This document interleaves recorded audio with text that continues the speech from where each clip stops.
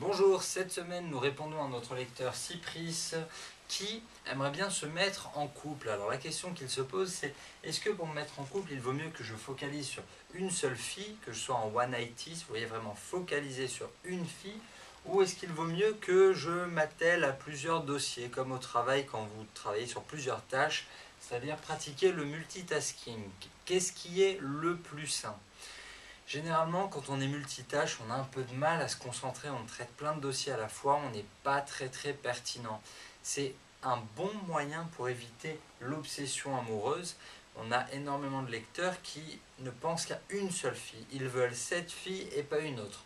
Le problème dans ce cas-là, c'est que vous devenez vraiment obsédé par cette fille et si ça plante, vous vous retrouvez KO pendant 2 mois, 6 mois, pendant des années parfois. Le fait de rencontrer et de fréquenter plusieurs filles à la fois vous permettra de ne pas vous mettre trop de pression, de draguer plus détendu. C'est Stendhal qui parlait de cristallisation. Quand on investit tout sur une seule fille, c'est l'objet de votre désir, vous ne pensez plus qu'à ça. Le problème, c'est que c'est très compliqué de voir ce qu'il y a autour, de voir qu'il y a d'autres opportunités. Maintenant, l'avantage pour vous mettre en couple quand vous focalisez sur une seule fille, c'est que vous allez lui donner toute votre attention, tout votre amour. Vous allez être vraiment sincère, vous allez être attentif à tous ses désirs. C'est pour ça que ça peut être une très bonne stratégie.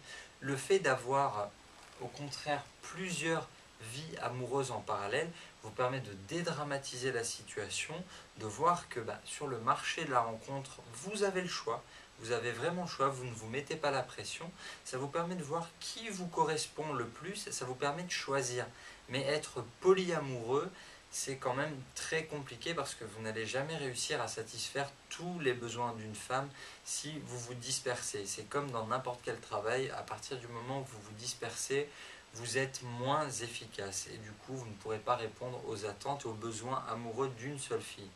Alors comment faire pour savoir à quel moment on sait si on est prêt à se mettre en couple quand on voit plusieurs filles?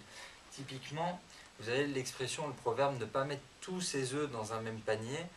Ça, c'est pour éviter de trop investir sur une seule fille. Avec la technique du multitasking, vous disséminez un peu à gauche, à droite. Mais arrive un moment où il faut faire votre choix, et là, vous ne savez plus comment faire, parce que vous avez trop de choix.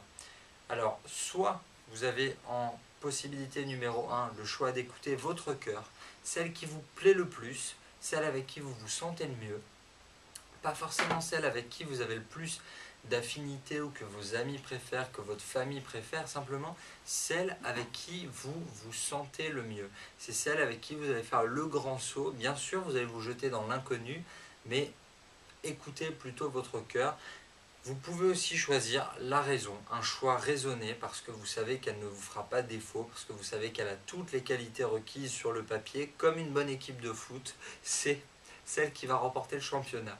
Si vraiment vous êtes indécis, il vous reste une solution qui a été approuvée et testée, c'est demander à vos amis, mais des amis en qui vous pouvez avoir confiance. Si vous hésitez entre deux filles, prenez un papier, un stylo, avantages, inconvénients. C'est très dur de faire ce choix-là quand vous êtes un peu amoureux des deux, mais croyez-moi, il vaut mieux passer votre vie avec une seule fille, vous serez plus heureux et vous la rendrez beaucoup plus heureuse.